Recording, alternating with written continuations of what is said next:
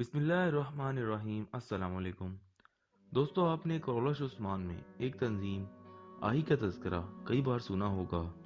آہی کون لوگ تھے، ان کا سلطنت عثمانیہ کی تشکیل میں کیا کردار تھا، اور تاریخ اس بارے میں کیا کہتی ہے؟ دوستو، 13ویں صدی عیسوی کے اوائل میں منگولوں کے خراسان پر حملہ آور ہونے کے بعد وہاں کے لوگوں نے اناطولیہ میں پناہ لے لی۔ اناطولیہ پر اس وقت سلجوقوں کی حکومت تھی۔ سلجوق حکومت نے ان نئے آنے والے پناہ گزینوں کو شہروں میں آباد کر لیا۔ چنانچہ اناطولیہ کی تاریخ میں مسلم کاریگروں اور سوداگروں کا ایک طبقہ نمودار ہوا۔ انہی پناہ گزینوں میں ایک مسلم مبلغ شیخ نصیر الدین بھی شامل تھے، جنہوں نے منگول حملوں کے بعد اناطولیہ ہجرت کی۔ انہوں نے شہر میں چمڑے کے سوداگر کی حیثیت سے کام کیا اور شہر میں مسلم کاریگروں کو منظم کرنا شروع کر دیا، اور بعد ازاں آہی ایوران کے نام سے مشہور ہوئے۔ اس تنظیم کا نام انہی کے نام سے منسوب کیا جاتا ہے۔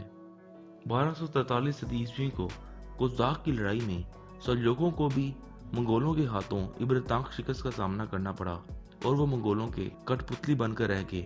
اقتدار اور طاقت کی ہوس میں مختلف قبائل اور مقامی جنگجوؤں نے منگولوں سے ساز باز کر کے اپنی حکومتیں قائم کرنی شروع کر دیں۔ ایسے کڑر حالات میں یہ آہی ہی تھے جنہوں نے مسلم امہ کی تاریخ مستقبل کو دیکھتے ہوئے وقت کی سپر پاور منگولوں کے خلاف علم بغاوت بلند کر دیا۔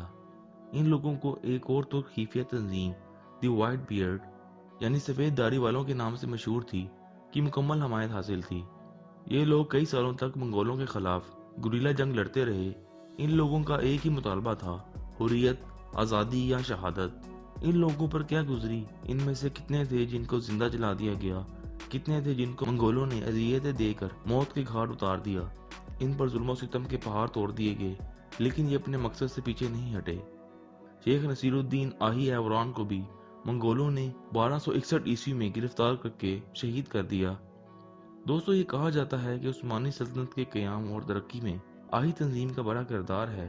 سلطنت عثمانیہ کے بانی عثمان غازی کے سسر اور مشہور صوفی بزرگ شیخ ادب علی کا تعلق اسی آہی تنظیم سے تھا، جو عثمانی سلطنت کے قیام میں عثمان غازی کی رہنمائی کرتے رہے۔